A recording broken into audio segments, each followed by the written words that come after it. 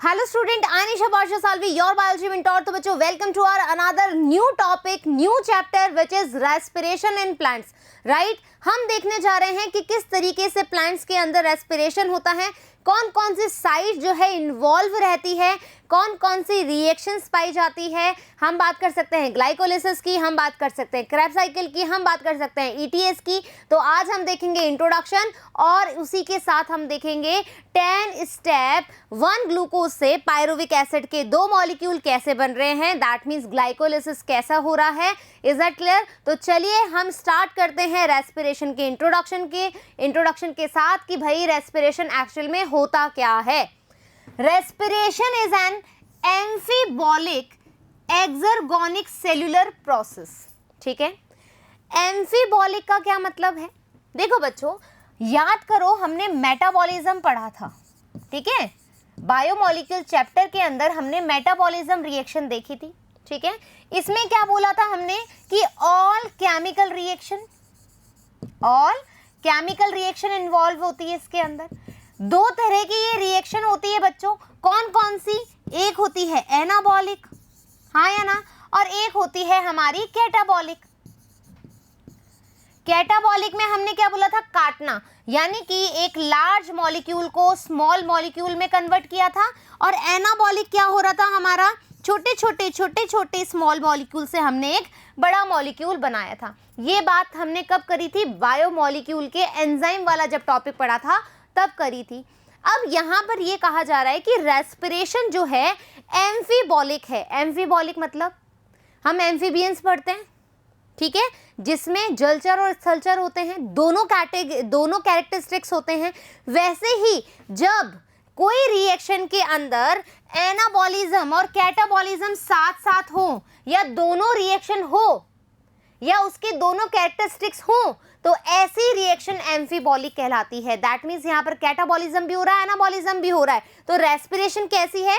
Amphibolic है। Word का meaning समझ में आ गया। Now exergonic cellular process, cellular यानी कि सेल के अंदर हो रहा है, with the help of cell हो रहा है, तो सेल्यूलर प्रोसेस है। एक्सर्गोनिक क्या है? एक होता है एंडरगोनिक, एक होता है एक्सर्गोनिक। अब देखो, हम रेस्पिरेशन जब करते हैं तो कोई गैस अंदर से बाहर, बाहर से अंदर, मतलब सेल के अंदर तो चीज चली रही है, लेकिन हम एनवायरनमेंट से भी कनेक्ट हैं। राइट, हम एनवायरनमेंट से कनेक्ट हैं उस गैसेस एक्सचेंज के लिए। तो यानी कि कैसा हो गया? Exergonic cellular process. Is that clear? समझ में आ गई? Respiration is a multi step enzymatic process. Respiration क्या है? बहुत सारी एंजाइमेटिक रिएक्शन का बल्क है, group of many enzymatic reaction.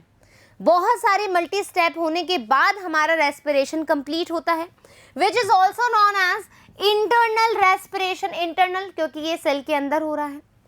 Tissue respiration tissue से रिलेटेड है।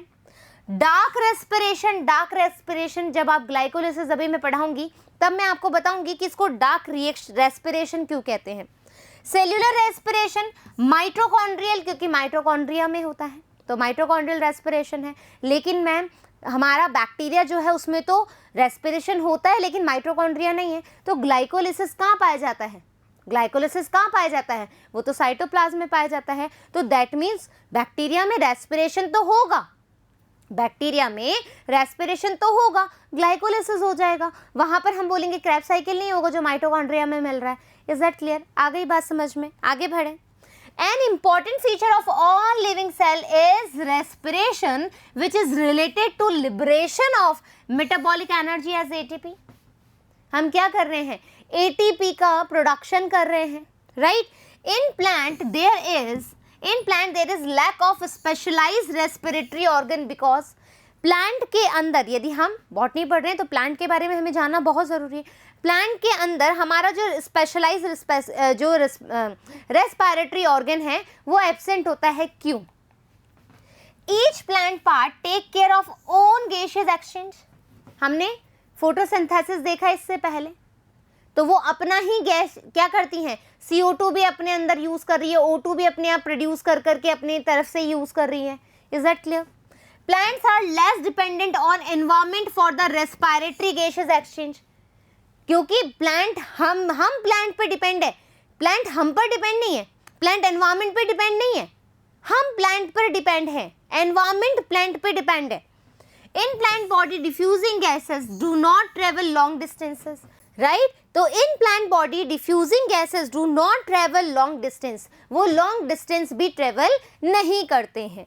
नाउ रेस्पिरेटरी सबस्ट्रेट, सबस्ट्रेट कौन कौन से हैं, कहाँ से रेस्पिरेशन की क्रिया हो सकती है, तो it could be carbohydrate, glucose best example, fats molecule हो सकते हैं, प्रोटीन हो सकते हैं, अदर्स भी हो सकते हैं। अभी हम एक पूरा चार्ट देखेंगे कि एनर्जी कैसे कैसे रिलीज हो रही है, कैसे कैसे रेस्पिरेशन हो रहा है।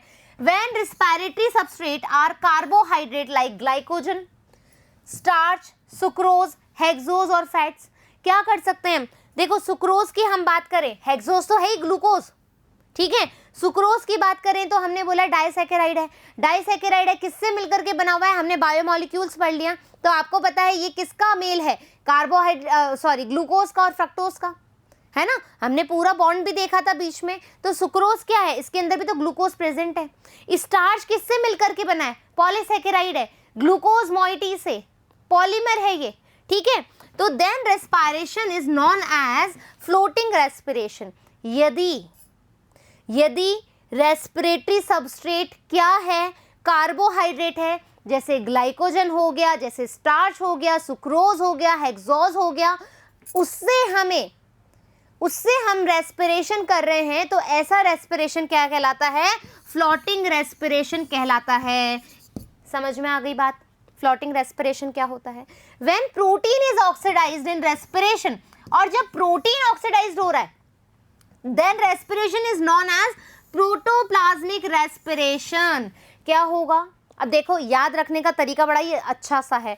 नॉर्मल तो हम बात कर रहे हैं, कार्बोहाइड्रेट से तो हम करते ही हैं, तो वहां पर तो हो गया फ्लोटिंग रेस्पिरेशन, लेकिन प्रोटीन से आप जब कर रहे हो तो प्रोटीन, देखो प्रोटीन और यहाँ पर क्या आ गया, प्रोटोप्लाज्मिक, याद रखोगे, प्रोटोप्लाज्मिक रेस्पिरेशन, इन विच प्रोटोप्लाज्मिक कंपोनेंट्स और सेल्यूलर प्रोटीन में ऑक्सीडाइज क्या होता है, जो सेल्यूलर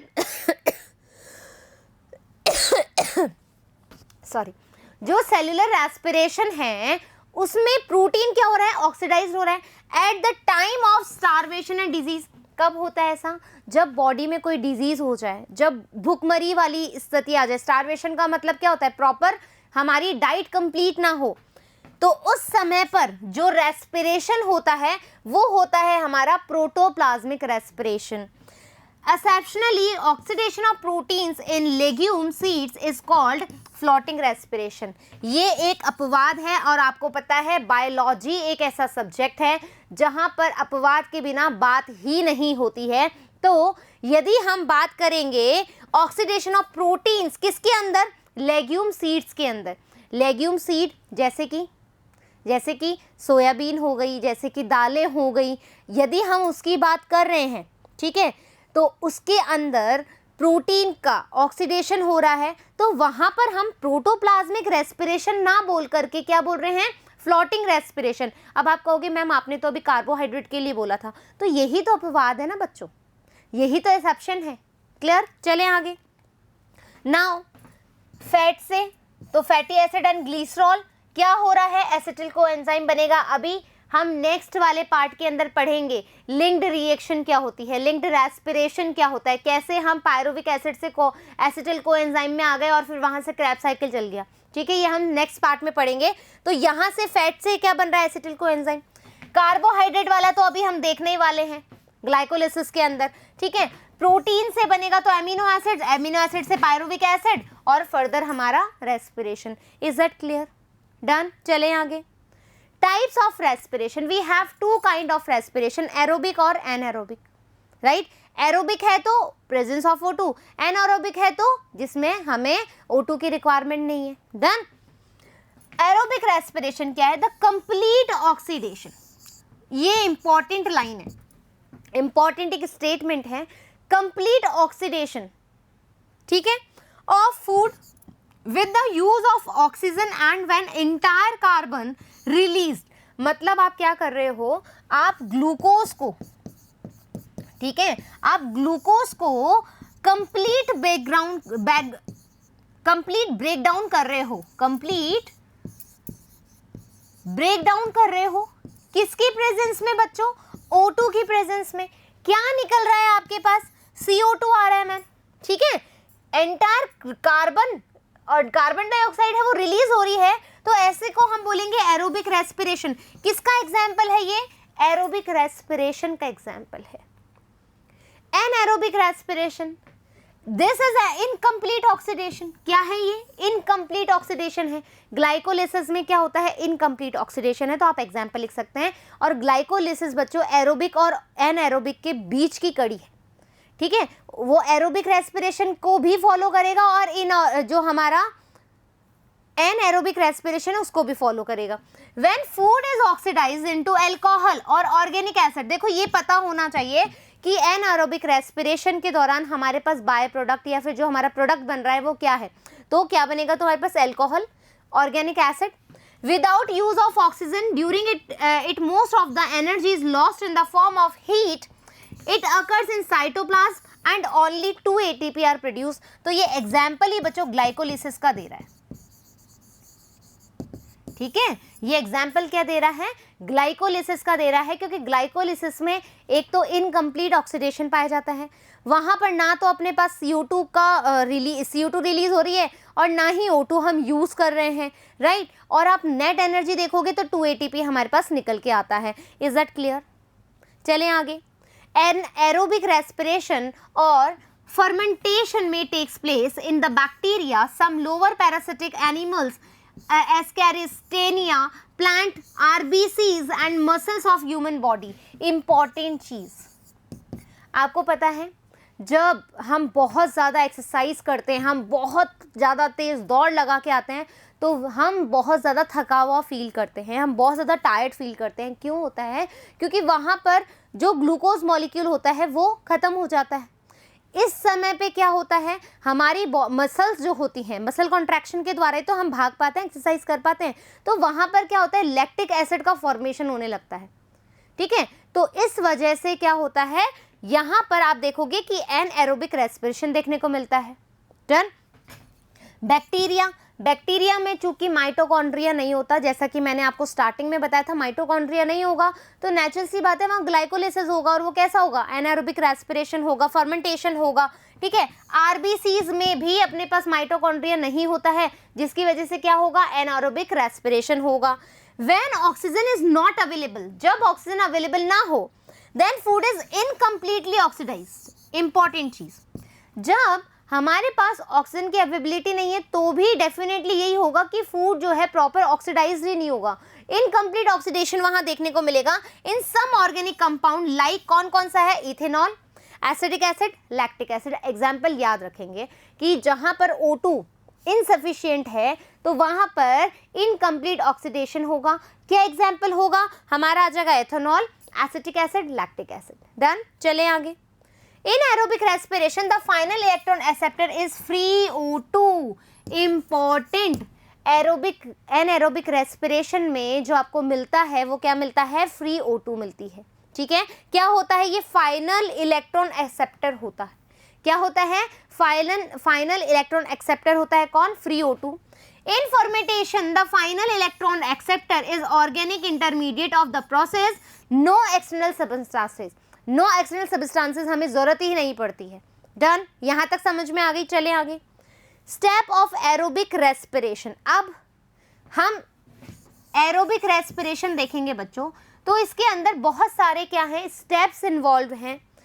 ग्लाइकोलिसिस, ठीक है, फॉर्मेशन ऑफ एसिटिल कोएंजाइम जिसको हम लिंक्ड रेस्पिरेशन भी कहते हैं, TCA साइकिल या फिर क्रेब्स साइकिल, और लास्ट है ETS।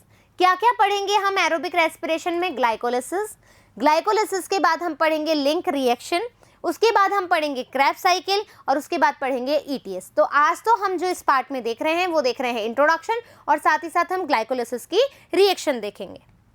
तो क्या कहता है आपका NCERT का बुक? ग्लाइकोलिसिस पहले हम क्या समझेंगे? रिएक्शन समझेंगे, उसके बाद में हम रीड करेंगे कि हमारी NCERT क्या कहती है और क्या हमने वही रिएक्शन करी है। कौन से स्टेप में क्या क्या चेंजेस हुए हैं, कौन कौन से एंजाइम जो है यूटिलाइज हुए हैं। आ गई बात समझ में? तो स्टार्ट करें हम ग्लाइकोलिसिस की रिएक्शन। आ जाओ। तो ग्लाइकोलिसिस क्या है, राइट? ग्लाइकोलिसिस के बारे में पढ़े तो देखो, ग्लाइकोलिसिस यानी कि हम बोल रहे हैं ब्रेकडाउन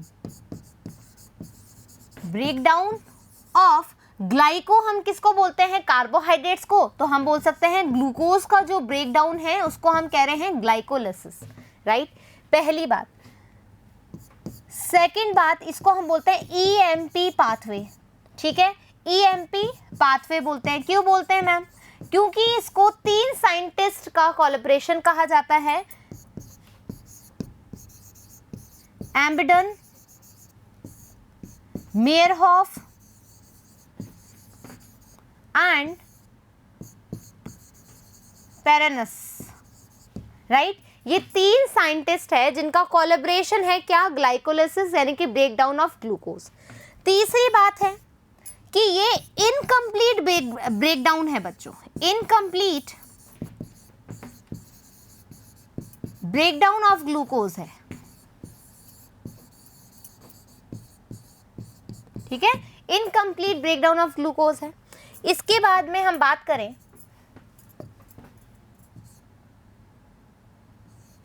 राइट, हम बात करें कि ग्लूकोज का जो मतलब जो ग्लाइकोलिसिस का स्टेप है वो 10 स्टेप में कंप्लीट होता है। तो हम बोलेंगे 10 स्टेप एंजाइमेटिक रिएक्शन। एंजाइम्स बहुत इंपॉर्टेंट यहाँ पर, एंजाइमेटिक रिएक्शन है ये। 10 स्टेप एंजाइमेटिक रिएक्शन है। पांचवी बात मैं इसमें बोलूं कि इसके अंदर जो स्टेप है 10, जिसमें से 5 स्टेप, ठीक है,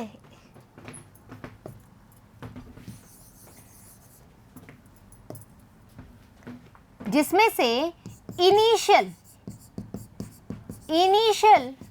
5 स्टेप जो है उसको हम कहते हैं एक्टिवेशन स्टेप, और जो हमारा लास्ट 5 स्टेप है उसको हम बोलते हैं पे ऑफ स्टेप या पे ऑफ प्रोसेस। क्यों बोलते हैं इसको एक्टिवेशन स्टेप? क्योंकि इस एक्टिवेशन इनिशियल 5 स्टेप के अंदर आपको एटीपी का रिक्वायरमेंट होगा, एटीपी की जरूरत होगी, लेकिन जो पे ऑफ स्टेप है, जितना आपने लगाया है उसके बाद आप उतना दोगे भी इसको, ठीक है? एटलीस्ट मान लीजिए हमने 4 लगाया है तो कम से कम हम 2 तो बनाएं, ठीक है? या हम 2 से ज्यादा बनाएं, 4 बनाएं, 6 बनाएं और उसमें से ये 4 काट भी दें तो हमारे पास कुछ तो बचे।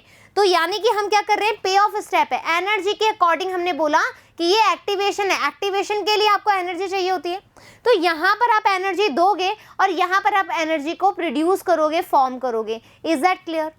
फिर हम बात करें 7वीं की, तो बच्चों यहाँ पर क्योंकि ये इनऑर्गेनिक क्यों आ रहा है बार बार? इनकम्प्लीट ऑक्सीडेशन है, तो यहाँ पर ना तो CO2 हम रिलीज कर रहे हैं बच्चों, ठीक है ना? ना तो हम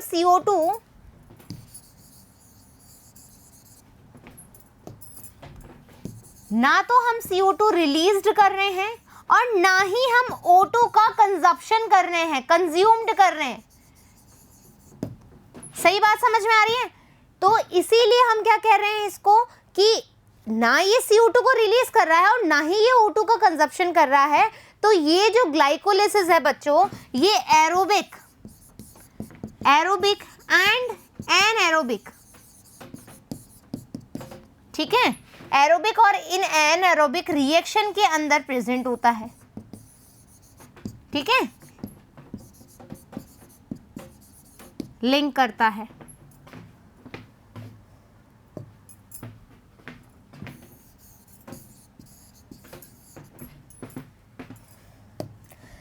तो ये एरोबिक और एनएरोबिक रिएक्शन जो होती है रेस्पिरेशन की, रेस्पिरेशन की, उसमें क्या है ये बच्चों, ये कॉमन है। आई बात समझ में? ग्लाइकोलिसिस एरोबिक और एनएरोबिक रेस्पिरेशन रिएक्शन के अंदर क्या रहता है, कॉमन रहता है। एक और बात हम बात करें, कितने पॉइंट्स हो गए, 8 हो गए। 9th पॉइंट की हम बात करें, साइट ऑफ ग्लाइकोलिसिस इंपॉर्टेंट है, आपको पता होना चाहिए कि ग्लाइकोलिसिस कहाँ हो रहा है, तो ये होता है साइटोप्लाज्म। साइटोप्लाज्म में होने की वजह से ये बैक्टीरिया में भी होगा, हाँ या ना, क्योंकि बैक्टीरिया में भी साइटोप्लाज्म है, ये प्लांट्स में भी होगा, राइट, और ये एनिमल्स में भी होगा।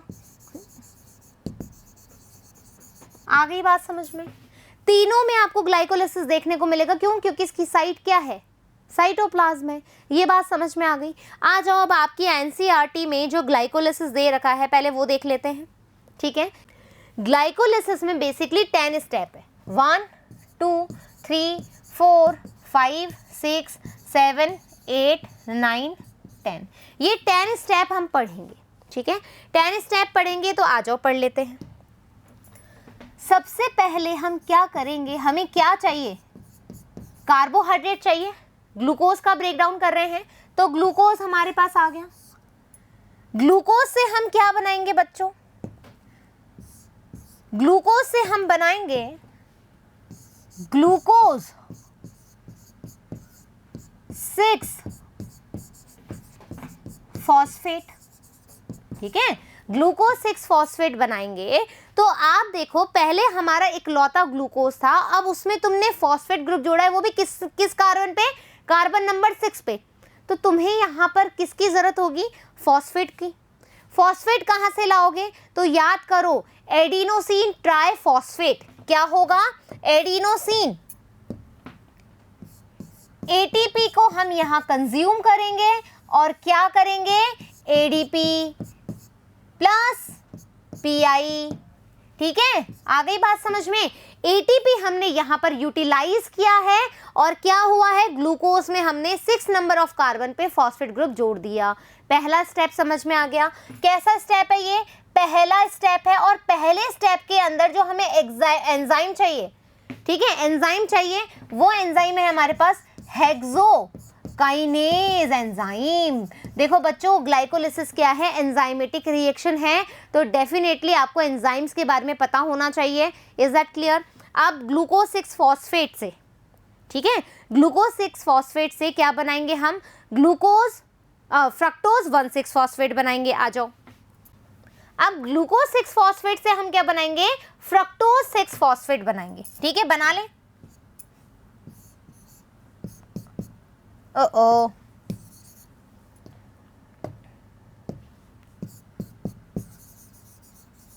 फ्रक्टोज 6-फॉस्फेट, ठीक है, ग्लूकोज 6-फॉस्फेट से हमने फ्रक्टोज 6-फॉस्फेट बनाया। तो यहाँ पर आप क्या बोलोगे कि मैम सेम चीज है, ठीक है, हमने चेंज ही तो करा है, एक दूसरे से क्या है, आइसोमर ही तो है। तो कौन सा एंजाइम डालोगे भाई, कौन सा एंजाइम डालेंगे, आइसोमरेज। कौन सा एंजाइम काम आ गया, isomerase. First step, second step, third step पे चलें बच्चों, आ जाओ। फ्रक्टोज 6-फॉस्फेट, अब बोलता है फ्रक्टोज 6-फॉस्फेट कि मेरा पेट नहीं भर रहा, मेरा पेट नहीं भर रहा, मुझे तो और फॉस्फेट चाहिए। तो ठीक है भाई, एक और फॉस्फेट डाल दो, तो क्या बन जाएगा अब हमारे पास, हमारे पास आ जाएगा फ्रक्टोज 1,6-फॉस्फेट, ठीक है, क्या आ गया, फ्रक्टोज 1,6-फॉस्फेट आ गया हमारे पास। डन। नाउ कितनी रिएक्शन हो गई, ये हो गई हमारी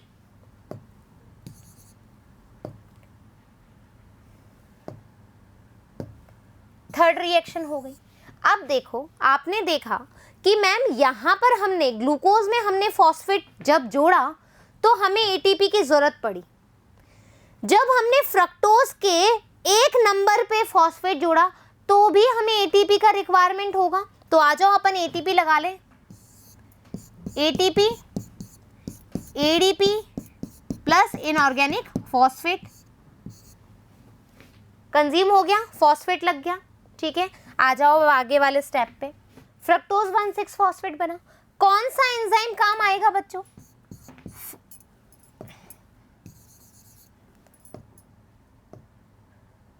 कौन सा एंजाइम काम आएगा? Phospho fructo kinase. क्या बोलेंगे इसको? फॉस्फो फ्रक्टो काइनेज काम आएगा।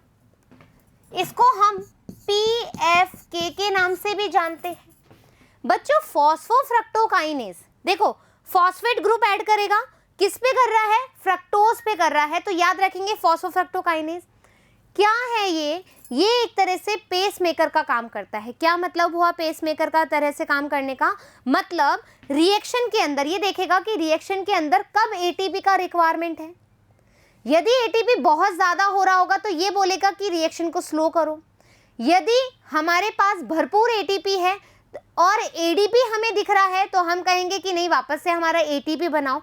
तो ये जो एंजाइम है फॉस्फोफ्रक्टोकाइनेज, ये कंट्रोल करता है रिएक्शन को या एनर्जी काउंट को, तो इसलिए हम इसको पेस मेकर एंजाइम भी कहते हैं। याद रखेंगे। फ्रक्टोज 1,6 फॉस्फेट आ गया। ठीक है, कितना नंबर ऑफ कार्बन कंपाउंड है? 6 नंबर ऑफ कार्बन कंपाउंड है। अब क्या बोलता है भैया, ये बोलता है कि अब मैं क्या करूंगा, 3 नंबर ऑफ कार्बन में स्प्लिट होना चाहता हूं। फ्रक्टोज 1,6 फॉस्फेट बोलता है कि अब मैं 3 नंबर ऑफ कार्बन में चेंज होना चाहता हूं। तो इसने क्या किया बच्चों? इसने in the presence of enzyme कौन सा है? एल्डोलेज। एल्डोलेज एंजाइम की प्रेजेंस में इसने ट्रायोज फॉस्फेट बनाया। ट्रायोज फॉस्फेट बनाया और ट्रायोज फॉस्फेट बनाया। ट्रायोज फॉस्फेट बनाया। ये ट्रायोज फॉस्फेट में इसने एक एल्डिहाइड बनाया और एक कीटोन ग्रुप बनाया। ठीक है, एक तो इसने बोला एल्डिहाइड बनाऊंगा मैं, राइट, और एक बोलता है कि मैं कीटोन ग्रुप बनाऊंगा। ठीक है, एक बार बोलता है कि मैं कीटोन ग्रुप बनाऊंगा और एक बार मैं बोलता हूं एल्डिहाइड बनाऊंगा। तो आपको पता है कि एल्डिहाइड और कीटोन क्या है, एक दूसरे में इंटरचेंज हो सकते हैं। तो यहां पर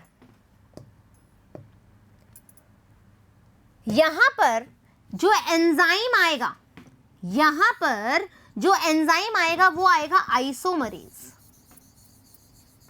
आइसोमरेज एंजाइम आएगा। क्या हुआ, ये कहानी इतनी कॉम्प्लिकेटेड क्यों लग रही है? बड़ी ही इजी कहानी है। ग्लूकोज लिया, ग्लूकोज बोलता है मैं फॉस्फेट ग्रुप लगाऊंगा 6 नंबर ऑफ कार्बन पे, तो in the presence of hexokinase क्या करता है? हेक्सो मतलब देखो 6 नंबर पे क्या करेगा? ये फॉस्फेट ग्रुप लगाएगा। किसकी प्रेजेंस में? भाई ये एटीपी को यूज करेगा और अपना फॉस्फेट ग्रुप लगा लेगा। फिर क्या होगा? ये बोलेगा ग्लूकोज 6 फॉस्फेट बोलेगा कि नहीं, मेरे को तो फ्रक्टोज बनना है, मुझे ऐसा मजा नहीं आ रहा, मुझे कुछ स्वीट सा चीज चाहिए। तो स्वीटनर कौन है? फ्रक्टोज में फ्रूट वाला सब कुछ मिलता है, फ्रक्टोज आ गया।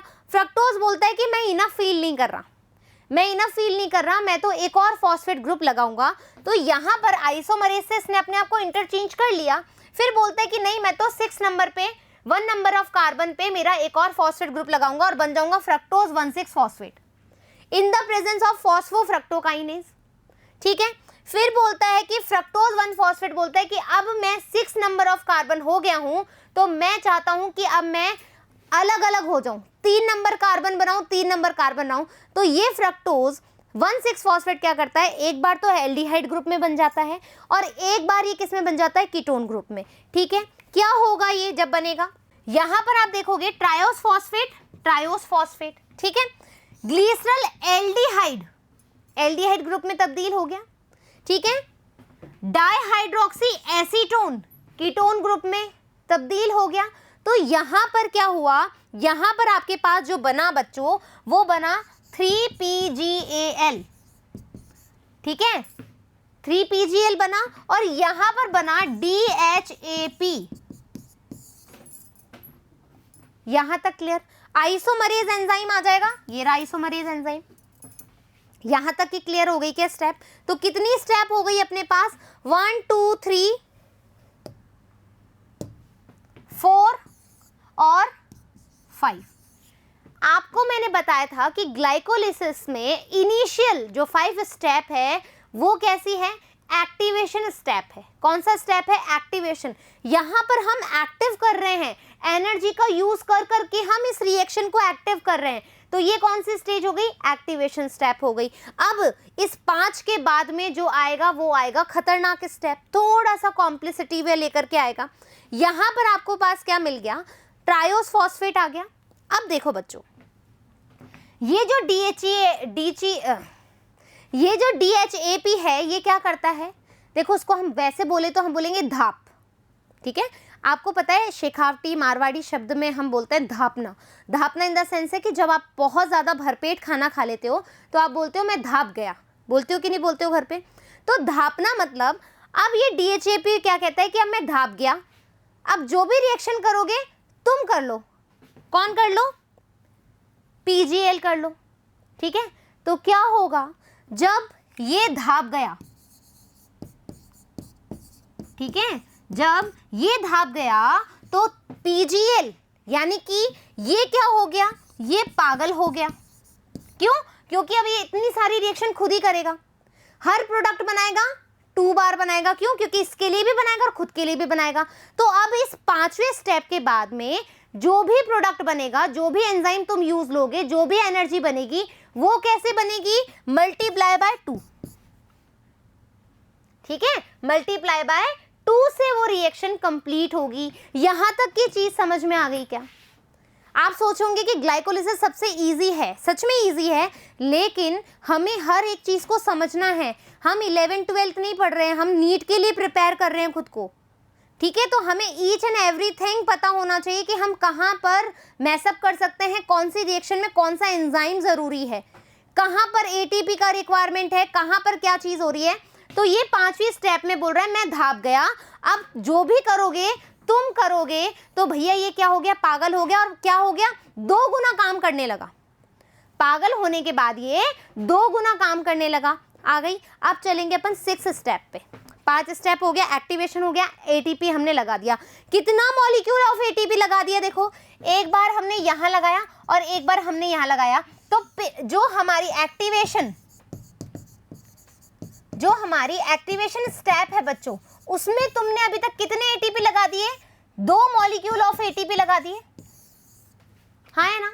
लेकिन अब इसके बाद में जो स्टेप आएगी वो आएगी पे ऑफ स्टेप, ठीक है। यहां से जो तुम्हारी स्टेप स्टार्ट हो रही है इसको हम कह रहे हैं पे ऑफ। मतलब अब तुम एनर्जी बनाओगे, अब तुमने एनर्जी लगाना नहीं है, तुमने एक्टिव कर दिया, तुम एनर्जी बनाओगे। तो अब हम 6 स्टेप पे जाने से पहले एक और चीज देखेंगे जो आपकी NCERT में मिस है। आपकी NCERT में क्यों मिस है? क्योंकि जब हमने एंजाइम स्टार्ट किया था, बायोमोलिक्यूल चैप्टर स्टार्ट किया था, तो हमने वहां पर एक लाइन पढ़ी थी कि जितना भी बायोलॉजिकल मेटाबॉलिक रिएक्शन है वो सभी की सभी कैसी है? एंजाइमेटिक है ना। तो बिना एंजाइम के तो आप रिएक्शन को डिनोट नहीं करोगे। तो यहां पर एक एक्स्ट्रा स्टेप है, ठीक है। ये 5th से जब तुम 6 स्टेप में आओगे तो ये एक एक्स्ट्रा स्टेप है जिसको हमें समझना है, ठीक है। फिर हम एक साथ कंक्लूड करेंगे। पूरा ग्लाइकोलिसिस में एक बार वापस से समझाऊंगी, अभी मैं एक एक स्टेप को समझा रही हूं। तो जब 3 पागल 3 बार क्या हो गया? मतलब ये 3 PGL है, ये 2 बार काम करेगा, 2 गुना काम करेगा। तो यहां पर सीधा सीधा तुम 2 से मल्टीप्लाई कर लो पहले ही। अब क्या होगा बच्चों? 3 PGL किस में कन्वर्ट होगा? 1,3 PGL में, ठीक है। ये 3 PGL 1,3 PGL में काम अपने आप को तब्दील करेगा। तो यहां पर कोई भी एंजाइम जो है नहीं यूज आ रहा है, इसीलिए ग्लाइकोलिसिस में ये वाला स्टेप जो है एब्सेंट है इन योर NCERT, राइट। यहां पर एंजाइम काम नहीं आ रहा है, लेकिन H3PO4 जो है बच्चों वो यहां पर यूज आ रहा है। H3PO4 की प्रेजेंस में ये क्या बन गई? 1,3 PGL बन गया, ठीक है, पीजीएल बन गया। अब क्या होगा, यहाँ पर 1,3 पीजीएल किस में बन रहा है, 1,3 बिस फॉस्फोग्लिसरिक एसिड में बन रहा है। ये वाली रिएक्शन तुम्हारी सीधी एनसीईआरटी में दे रखी है और इसको बता रखा है 6 स्टेप, ठीक है, इसको बता रखा है 6 स्टेप। लेकिन असल में 6 स्टेप जो है बच्चों 3 पीजीएल से पहले 1,3 पीजीएल बनाएगा, 1,3 पीजीएल के बाद में ये इसमें कन्वर्ट होगा, किसमें, 1,3 बिस फॉस्फोग्लिसरिक एसिड के अंदर। यहां तक की चीज क्लियर हो गई क्या। यहां पर जो एंजाइम आएगा वो आएगा डीहाइड्रोजिनेज एंजाइम, और अब डीहाइड्रोजिनेज एंजाइम आया और आपने 1,3 पीजीएल से 1,3 बिस फॉस्फोग्लिसरिक एसिड बनाया, तो यहां पर 2 NAD से हमारे पास एनर्जी बनेगी। कैसे बनेगी, कुछ इलेक्ट्रॉन हम हटाएंगे, कुछ प्रोटॉन हम ऐड करेंगे, ठीक है, या हम इलेक्ट्रॉन को ट्रांसफर करेंगे या हम प्रोटॉन को ट्रांसफर करेंगे, और कुल मिलाकर के हमारे पास क्या आ जाएगा, NADH2। कितना मॉलिक्यूल आएगा, क्योंकि यहां से रिएक्शन क्या हो गई है, दोगुनी हो गई है, तो हर चीज अब कैसी होगी, दोगुनी होगी, है ना, क्योंकि वो कैसा हो गया है, दोगुना पागल हो गया है, क्योंकि धाप गया था तो उसकी रिएक्शन भी अब इसी को करनी पड़ेगी, तो 2 बार रिएक्शन हो जाएगी, हाँ या ना। तो यहां पर तक की चीज समझ में आ गई। क्या आ गया हमारे पास आ गया ट्रायोस बिसफॉस्फेट, ठीक है, 1,3 बिस फॉस्फोग्लिसरिक एसिड आ गया। कौन से नंबर की रिएक्शन है बच्चों, ये 6ठे नंबर की रिएक्शन है। यहां पर मेरे को लग रहा है येलो कलर ज्यादा सही रहेगा, राइट। 3 पीजीएल से हमने 6 नंबर पर क्या बनाया, एक एनर्जी बनाई, एनर्जी बना ली, यानी कि अब हम जितनी एनर्जी यूज करी थी उतनी एनर्जी हम बना भी लेंगे। फिर 1,3 बिस फॉस्फोग्लिसरिक एसिड से आप क्या करोगे, ट्रायोस फॉस्फेट 3 फॉस्फोग्लिसरिक एसिड बनाओगे, ठीक है, क्या बनाओगे, 3 फॉस्फोग्लिसरिक एसिड। अब यहां से एक जो नंबर 1 कार्बन था वहां से तुमने फॉस्फेट ग्रुप हटाया है। यहां पर पहले 1,3 था, ठीक है, 1 नंबर कार्बन और 3 नंबर कार्बन पे तुम्हारा फॉस्फेट ग्रुप अटैच था। अब तुम्हारे पास कहाँ रह गया, सिर्फ और 3 नंबर पर रह गया फॉस्फेट ग्रुप। तो यानी कि एक जो फॉस्फेट ग्रुप है तुमने कम किया, तो इसलिए क्या बोला, ट्रांसफॉस्फोराइलेज, यानी कि तुमने फॉस्फेट ग्रुप को ट्रांसफर कर दिया कहीं और, ठीक है, ट्रांसफर कर दिया। तो यहां पर क्या आ गया बच्चों, ट्रांसफॉस्फोराइलेज एंजाइम आ गया। यहां तक की चीज समझ में आ गई क्या। कितना चाहिए, यहां पर ADP ATP बना, कितनी बार रिएक्शन हो रही है, 2, तो हमारे पास 2 ATP बन गए। यहां पर हमारे पास 2 NADPH बन गया, ठीक है, हमने एनर्जी बनाना शुरू कर दिया है। फिर 3 फॉस्फोग्लिसरिक एसिड से क्या बनेगा, 2 फॉस्फोग्लिसरेट बनेगा या ग्लिसरिक एसिड बनेगा। तो यहां से भी क्या करता है, हमने मॉलिक्यूल कम कर दिया, 3 से हम 2 पे आ गए, थोड़ा सा चेंज करा हमने, 3 से हम 2 पे आ गए, हल्का सा चेंज करा, म्यूटेशन किया, तो क्या आएगा एंजाइम, म्यूटेज एंजाइम आ जाएगा, ठीक है, म्यूटेज एंजाइम आ जाएगा। फिर 2 फॉस्फोग्लिसरिक एसिड से हमने क्या बनाया, फॉस्फोइनोल पाइरुवेट, इनोल ग्रुप इसमें ऐड कर दिया, तो कौन सा एंजाइम आएगा, इनोलेज। इनोलेज एंजाइम क्या कर रहा है, इनोल ग्रुप डाल रहा है, राइट, किसकी साथ में डाल रहा है, H2O को रिलीज करते हुए डाल रहा है। फिर फॉस्फोइनोल पाइरुवेट से हमने 2 मॉलिक्यूल ऑफ पाइरुविक एसिड बनाया, पाइरुविक एसिड बनाया, तो हमने क्या करा, पाइरुविक एसिड काइनेज यूज किया, ठीक है, क्यों, क्योंकि अब हमने ये जो हमारा फॉस्फोइनोल था वो हटा दिया, अलग कर दिया, फॉस्फेट ग्रुप हटा दिया, तो अब क्या रह गया, पाइरुविक एसिड रह गया। आई होप कि ग्लाइकोलिसिस की 10 स्टेप जो है एक्चुअल में समझ में आ गया। अब मैं इसको क्या कर रही हूँ, प्रॉपर एक बार एक साथ लिख रही हूँ ताकि चीजें समझ में आ जाएगी। एक एक एंजाइम लिख रही हूँ, देखते जाओ, ठीक है, आ जाओ।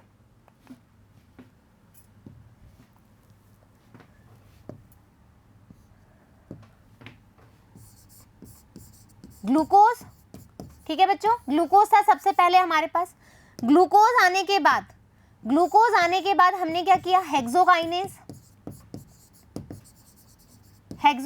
था। हेक्सोकाइनेज में हमने क्या किया, ग्लूकोज 1,6 फॉस्फेट बनाया, तो ATP को हमने यूज करके ADP plus inorganic phosphate release किया, जिसकी वजह से जो हमारे पास सबस्ट्रेट आया वो क्या हो गया, अब ग्लूकोज 6 फॉस्फेट, हाँ या ना, यहां तक समझ में आ गया, ठीक है, क्या बन गया, ग्लूकोज 6 फॉस्फेट। डन। अब ग्लूकोज 6 फॉस्फेट को हमने किस में चेंज किया? हमने चेंज किया with the help of isomerase enzyme. Isomerase enzyme किया और हमने इसको बदल दिया फ्रक्टोज 6 फॉस्फेट में। लेकिन फ्रक्टोज की इच्छाएं खत्म नहीं हो रही, वो कह रहा है कि मैं तो 1 नंबर ऑफ कार्बन पे भी फॉस्फेट ग्रुप लगाना चाहता हूं। तो उसने बोला कि ठीक है भाई, एंजाइम लगाओ। कौन सा एंजाइम लगाया? Phospho fructo kinase, फॉस्फोफ्रक्टोकाइनेज PFK, right. क्या हुआ? फ्रक्टोज के 1 नंबर कार्बन पे भी क्या लग गया? हमारा फॉस्फेट ग्रुप लग गया। तो फ्रक्टोज 1,6 फॉस्फेट हो गया। ये बात समझ में आ गई? ठीक है। अब फ्रक्टोज बोलता है कि ठीक है, तुमने मेरे 1 नंबर और 6 नंबर पे भी फॉस्फेट जोड़ दिया, तो अब मैं 3 कार्बन में चेंज हो जाऊंगा। तो यहाँ पर बोला कि ठीक है, हो जाओ भाई, हो जाओ, कोई मनादी नहीं है। तो यहाँ पर एल्डोज नहीं, एल्डोलेज। क्या करते हो तुम बच्चों? एल्डोलेज एंजाइम आया। एल्डोलेज ने क्या किया? इसको कीटोन एक और एल्डिहाइड ग्रुप में चेंज कर दिया, 3 कार्बन बना दिए। आ जाओ बना लेते हैं। यहां पे बनाया हमने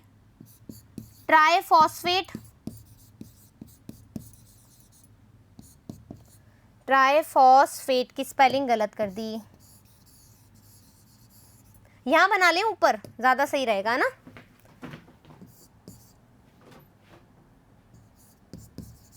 ट्राइफॉस्फेट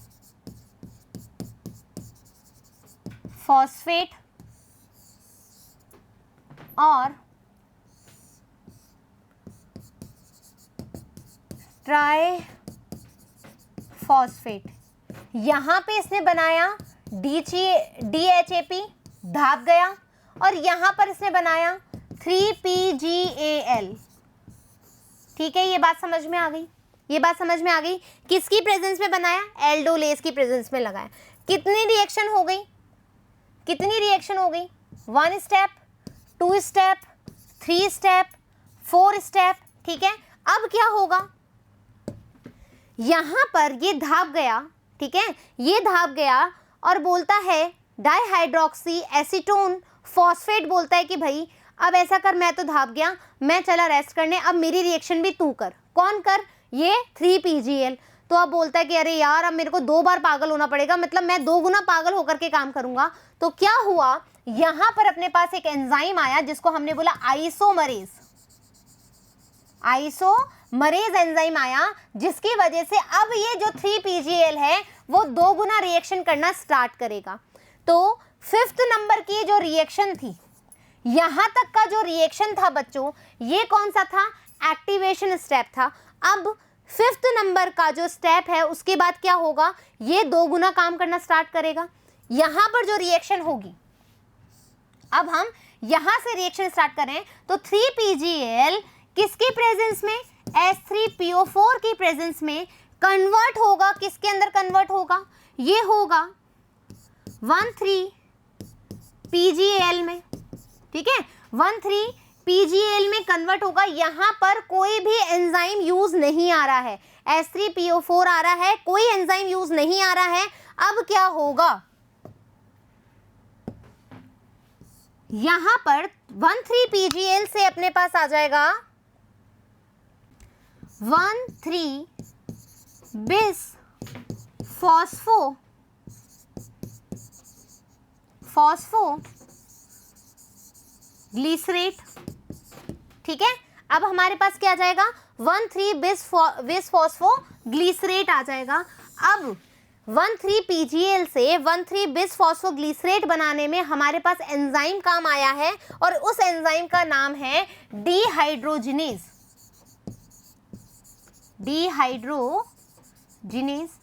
राइट, डिहाइड्रोजिनेज एंजाइम है। और साथ ही साथ अब हमने एनर्जी भी बनाई है। ठीक है, एनर्जी क्या बनाई हमने? NAD से क्या बना दिया हमने, NADH बना दिया। आ गई बात समझ में। और कितना मॉलिक्यूल बना, अब ये 2 बार काम कर रहा है, ये 2 बार काम कर रहा है बच्चों, दोनों बार होगा, ये भी 2 बार होगा, सब कुछ 2 बार होगा, ये भी कितना बनेगा, 2 बार बनेगा। आ गई बात समझ में। कितने नंबर ऑफ रिएक्शन हो गई बच्चों, 5th, ये हो गई हमारी 6। क्यों, ये इसको कंसीडर क्यों नहीं किया, क्योंकि यहाँ पर कोई भी एंजाइम नहीं आया, तो इसको हमने कंसीडर नहीं किया, सीधा 6 नंबर पे आ गए। अब 1,3-बिस फॉस्फोग्लिसरेट से क्या होगा, एक फॉस्फेट ग्रुप हटाएगा, एक फॉस्फेट ग्रुप हटाएगा। जब एक फॉस्फेट ग्रुप हटाएगा तो क्या बनेगा हमारे पास, हमारे पास बनेगा 3-फॉस्फो, अरे कलर चेंज नहीं करा ना,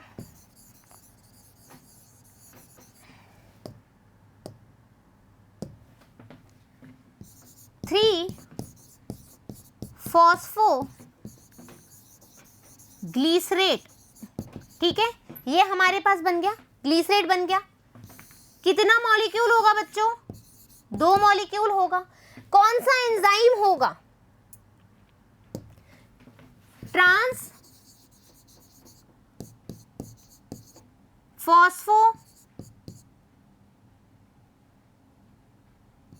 फॉस्फोलाइज, ट्रांसफॉस्फोलाइज होगा, क्यों, उसने ट्रांसफर कर दिया ना, एक फॉस्फेट ग्रुप को हटा दिया, ट्रांसफॉस्फोलाइज होगा।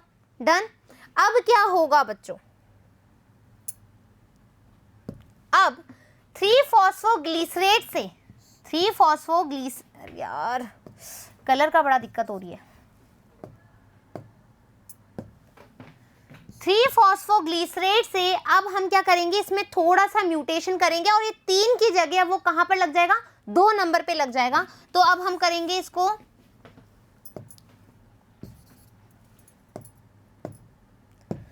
तो अब हम करेंगे इसको 2-फॉस्फोग्लिसरेट, क्या बन जाएगा, 2-फॉस्फोग्लिसरेट बन जाएगा।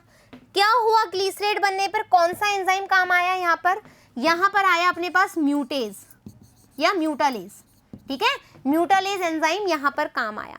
अब देखो क्या हुआ, हमने यहाँ पर एक एनर्जी बनाई थी, ठीक है, यहाँ पर हमने एक एनर्जी बनाई, अब हमने यहाँ पर भी 2 मॉलिक्यूल ऑफ एनर्जी बनाई है। तो जब हमने फॉस्फेट ग्रुप को ट्रांसफर किया तो हमारे पास क्या हुआ, एनर्जी आई, तो हमने क्या किया, ADP प्लस PI कन्वर्ट किस में कर दिया, ATP में। कितना मॉलिक्यूल होगा, 2 मॉलिक्यूल ATP मिलेगा। आ गई बात समझ में, यहां तक का स्टेप क्लियर। कितने नंबर ऑफ स्टेप हो गए बच्चों, 6, 7 और 8 नंबर स्टेप पर हम आ गए। वी हैव 2 मोर स्टेप, ठीक है, 8 स्टेप पे आ गए। आ जाओ,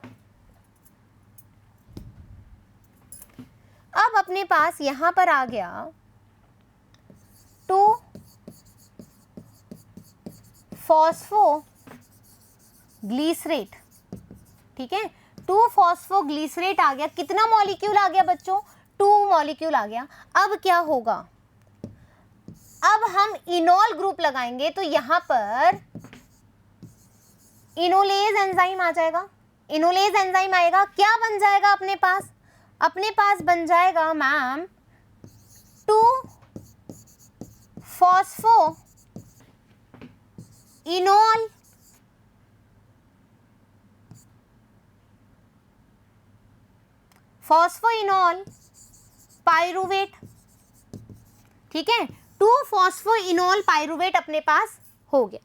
2-फॉस्फोइनॉल पाइरूवेट किस में तब्दील हो जाएगा बच्चों, ये हो जाएगा जो हमारे पास लास्ट में हमें चाहिए, 2 molecule of pyruvic acid,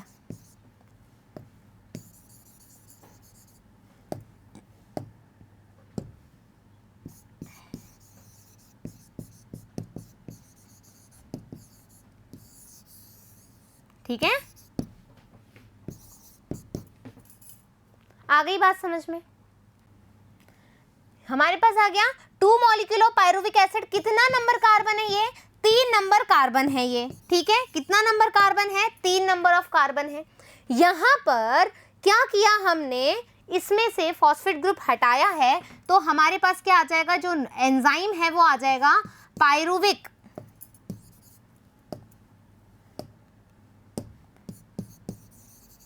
pyruvic acid kinase, हाँ या ना, ये एंजाइम आ जाएगा और अल्टीमेटली हमारे पास आएंगे 2 मॉलिक्यूल ऑफ पायरुविक एसिड जिसमें 3 कार्बन प्रेजेंट होते हैं।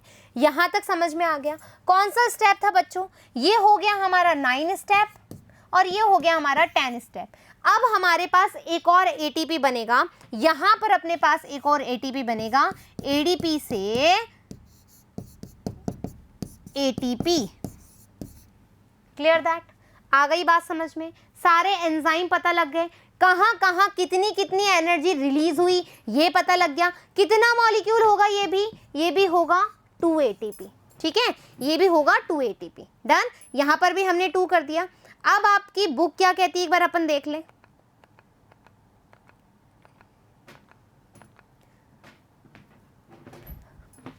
अब आपकी बुक क्या कहती है वो देख लें एक बार। ग्लाइकोलिसिस क्या है?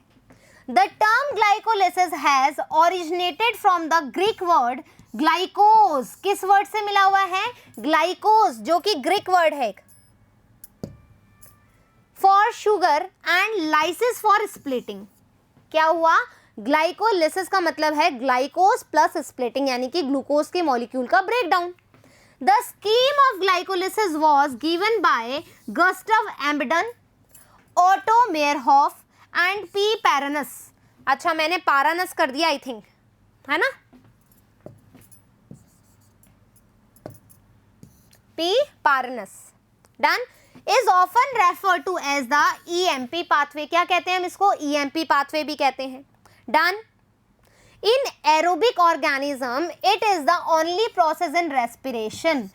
एनएरोबिक जो होगा, एनएरोबिक ऑर्गेनिज्म होगा, वहां पर सिर्फ रेस्पिरेशन के प्रोसेस में ग्लाइकोलिसिस देखा जाएगा। Glycolysis occurs in the cytoplasm of the cell and is present in all living organism. Plant हो, बैक्टीरिया हो, एनिमल हो, सभी के अंदर क्या होगा? ग्लाइकोलिसिस प्रोसेस होता है। कहां पर होता है? साइटोप्लाज्म में होता है। In this process glucose undergoes partial oxidation. Complete नहीं हो रहा, इनकम्प्लीट होता है, इसलिए हम इसको partial oxidation to form 2 molecule of pyruvic acid. क्या बनाता है? 2 मॉलिक्यूल ऑफ पायरुविक एसिड बनाता है। कितने कार्बन कंपाउंड प्रेजेंट होते हैं? 3 कार्बन प्रेजेंट होते हैं। तो 6 मॉलिक्यूल वाला हमारे पास जो ग्लूकोज था, ठीक है, 6 कार्बन वाला जो हमारे पास ग्लूकोज था वो किस में बदल गया? 2 गुणा 3 कार्बन वाले पायरुविक एसिड में। बिल्कुल सही रिएक्शन हुई है ना? बिल्कुल सही रिएक्शन हुई है। Done. In plants this glucose is derived from sucrose. Plants की बात करें तो ये सुक्रोज से मिलता है, which is the end product of photosynthesis और फ्रॉम स्टोरेज कार्बोहाइड्रेट। अब देखो, मैं एक और बात बताने वाली थी, अपनी रिएक्शन कहाँ गई? यहीं पर ही बता देती हूँ। ग्लीसरल्डिहाइड 3 फॉस्फेट 3PgAl हमारे पास जो बनता है, ये वाला रिएक्शन आपने कहाँ देखा था? डार्क रिएक्शन में बना था अपना, डार्क रिएक्शन में बना था। इसी वजह से इसको हम डार्क रेस्पिरेशन भी कहते हैं। इसी वजह से हम इसको डार्क रेस्पिरेशन भी कहते हैं। आ गई बात समझ में? Done. Sucrose is converted into glucose and fructose, क्योंकि दोनों से मिलकर के बना है, by the enzyme invertase, invertase के द्वारा। And these 2 monosaccharides readily enter the glycolytic pathway. और ये दोनों कहाँ चले जाते हैं? ग्लाइकोलाइटिक पाथवे के अंदर एंटर कर जाते हैं। Glucose and fructose are phosphorylated to give rise to glucose 6 phosphate. हाँ या ना? Glucose 6 phosphate by the activity of the enzyme hexokinase. देखो ये क्या बता रहा है? ये बता रहा है कि अपने पास सुक्रोज है, ठीक है। सुक्रोज आपको पता है किस में टूटेगा? ये टूटेगा ग्लूकोज में, ठीक है, ये टूटेगा फ्रक्टोज में। और इसी ग्लूकोज को तुम यूज करके क्या कर रहे हो? ग्लूकोज 6 फॉस्फेट बना रहे हो। अभी हमने यही तो किया है, ठीक है। किसकी प्रेजेंस में? हेक्सोकाइनेज की प्रेजेंस में। क्या यही बात बोली जा रही है? Glucose and fructose are phosphorylated. Phosphorylated किया, फॉस्फेट ग्रुप ऐड कर दिया, give rise to glucose 6 phosphate. क्या बनेगा? ग्लूकोज 6 फॉस्फेट बनेगा ऑफ द एंजाइम। कौन सा एंजाइम काम आएगा? Hexokinase. Done. This phosphorylated form of glucose then isomerizes. अब आइसोमराइजेशन होगा। ग्लूकोज 6 फॉस्फेट में आइसोमराइजेशन होकर के ये फ्रक्टोज 6 फॉस्फेट में कन्वर्ट हो जाएगा, ठीक है, isomerize to produce fructose 6 phosphate. Done. Subsequent step of metabolism of glucose and fructose are same, क्योंकि आइसोमरेज एंजाइम एक दूसरे के आइसोमर है तो इनका मेटाबॉलिज्म भी क्या होगा, सेम ही होगा। डन। चलें आगे। In glycolysis a chain of 10 reaction, कितनी रिएक्शन हो रही है बच्चों, 10 रिएक्शन कर रहे थे हम, under the control of different enzyme, बहुत सारे एंजाइम। आपने देखा है अपन ने हर रिएक्शन में केवल एक 6 नंबर के अंदर जो एक छोटा सा मीडिएट इंटरमीडिएट रिएक्शन था उसको छोड़ करके अपन ने 1 से 10 रिएक्शन में सब में एंजाइम यूज लिए, अलग अलग एंजाइम यूज लिए, take place to produce pyruvate from glucose. Glucose से पायरुवेट बनाने के लिए हमने 10 स्टेप के अंदर अलग अलग क्या लिए हैं, एंजाइम्स लिए हैं।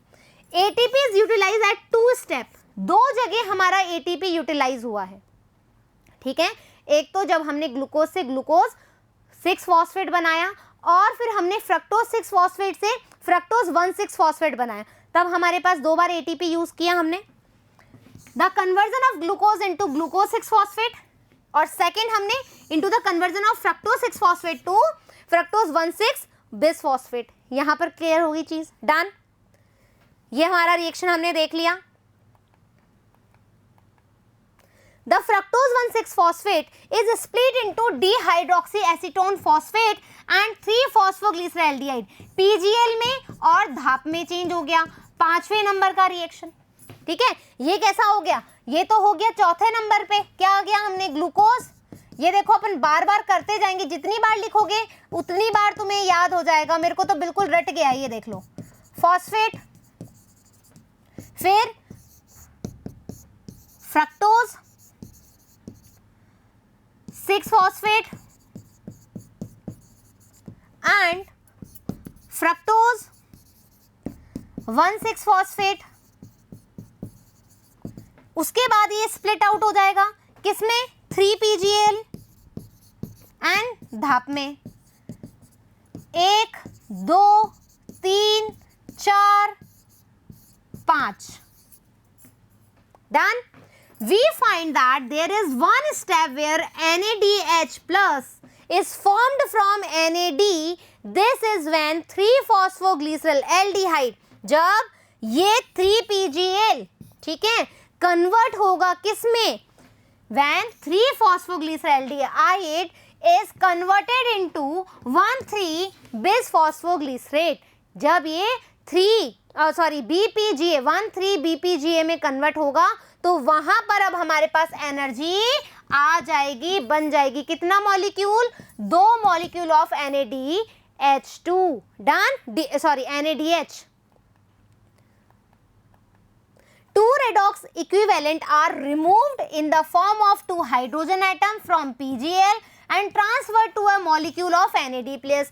यानी कि क्या होगा, इलेक्ट्रॉन देखो NAD+, यहां से इलेक्ट्रॉन गया तो क्या हो गया, NAD हो गया, यहां पर क्या जुड़ेगा, प्रोटॉन जुड़ेगा, तो ये हो जाएगा NAD+H, ठीक है। इसको हम इसे लिखेंगे, ये हो जाएगा प्लस, फिर वापस से प्रोटॉन जुड़ेगा तो आ जाएगा NADH+। आ गई बात समझ में, NADH। डन। क्लियर कहानी। अब क्या होगा, PGL is oxidized, PGL oxidize हो जाएगा and with inorganic phosphate to get converted into BPGA। Now the conversion of BPGA of to 3-phosphoglyceric acid 3-PGA is also an energy yielding process. अब यहाँ पर क्या होगा, यहाँ पर भी एनर्जी बनेगी, यहाँ पर भी अपने पास 2 मॉलिक्यूल ऑफ ATP बनेंगे। This energy is trapped by the formation of ATP। क्या बनेगा, ATP बनेगा। Another ATP synthesized during the conversion of PP to pyruvic acid. जब फॉस्फोइनोल पायरुविक एसिड में कन्वर्ट होगा तो वहां पर भी अपना ATP बनेगा। तो यानी कि अपने पास क्या बना, यदि मैं बोलूं कि जो एक्टिवेशन स्टेट है,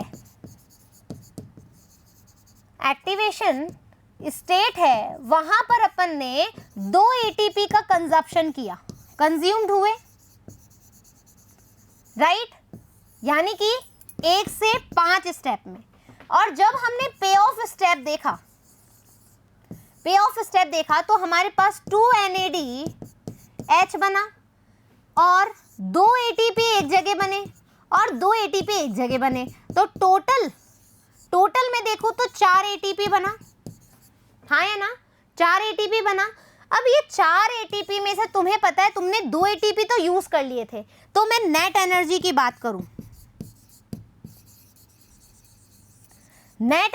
बात करूं तो मैंने 2 ATP फॉर्म किया है ना, ATP के मामले में मैंने 2 ATP फॉर्म किया है। और सुनो, जिसके पास माइटोकॉन्ड्रिया नहीं है ना, वो इस एनर्जी को तब्दील नहीं कर सकता, ये फर्दर ATP में बदलती है, ठीक है, ये फर्दर ATP में बदलती है। लेकिन अब बैक्टीरिया के पास क्या नहीं है, आगे माइटोकॉन्ड्रिया नहीं है, तो डेफिनेटली वो कन्वर्ट नहीं कर सकता। तो यानी कि मैं बैक्टीरिया की बात करूं, ठीक है, तो कितना नेट एनर्जी आया, ओनली 2